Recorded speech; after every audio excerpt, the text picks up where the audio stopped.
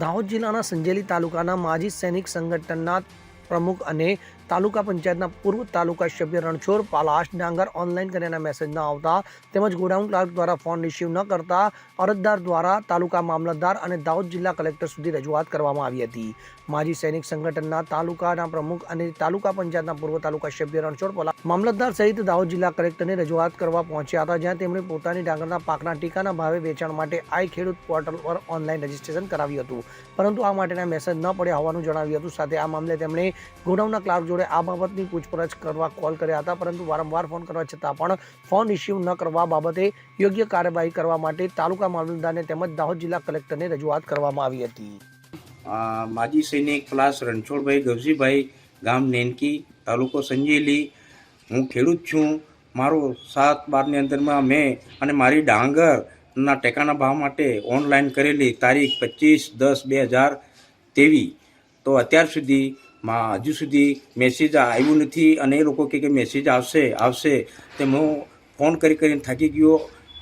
જે બારિયા નાથોડા અને મેનેજરને બી અને જે માણસ કામ કરે છે તેમને બી અને જિલ્લામાં અજયભાઈ કરીને નામ છે તે અત્યાર સુધી એ બી ફોન ઉપાડતા નથી અને હું વારંવાર રજૂઆત કરું છું. તો બી મેં લેખિતમાં મામલતદારશ્રીને 14/12/2023ના રોજ હરૂબરૂમાં લેખિત આપેલું છે, તો હજુ સુધી મેસેજ પાડતા નથી કહીને.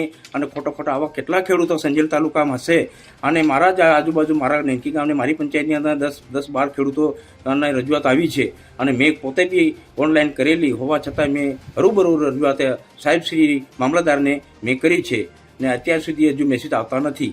અને અત્યારે એમ કે છે કે અપલોડ કરો, ફરી પાછું અપલોડ કરીને મોકલ્યું છે, તો ક્યારે અપલોડ હશે એનો સમય બી મારી ત્યાં પૂરો થઈ જવા કરે છે આ ડિસેમ્બરમાં. તો હજુ સુધી ટેકાના ભાવમાં ડાંગરના મેસેજ આવતા નથી ને ખરીદ માટે કોઈ મેસેજ આવતા નથી. કેવી રીતે લઈને જવાનું ખેડૂતોને? આવી રીતે બિચારા કેટલાક ગરીબ ખેડૂતો હશે, અભણ હશે, તેમની કેવી પરિસ્થિતિ હશે?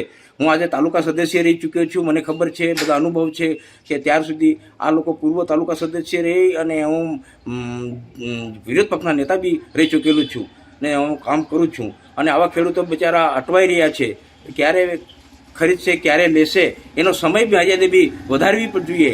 જાન્યુઆરી સુધી લઈ જવી જોઈએ, 10 થી 15 તારીખ સુધી, જાન્યુઆરી 2024 સુધી.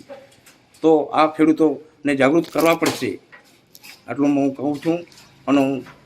અને મારો આ વિડીયોની અંદરમાં તમામ જગ્યા તમામ ખેડૂત આખા તાલુકા જિલ્લા સુધી પહોંચે અને રાજ્ય સુધી સરકાર સુધી પહોંચે, મુખ્યમંત્રી સુધી, તેવી હું અપેક્ષા રાખું છું.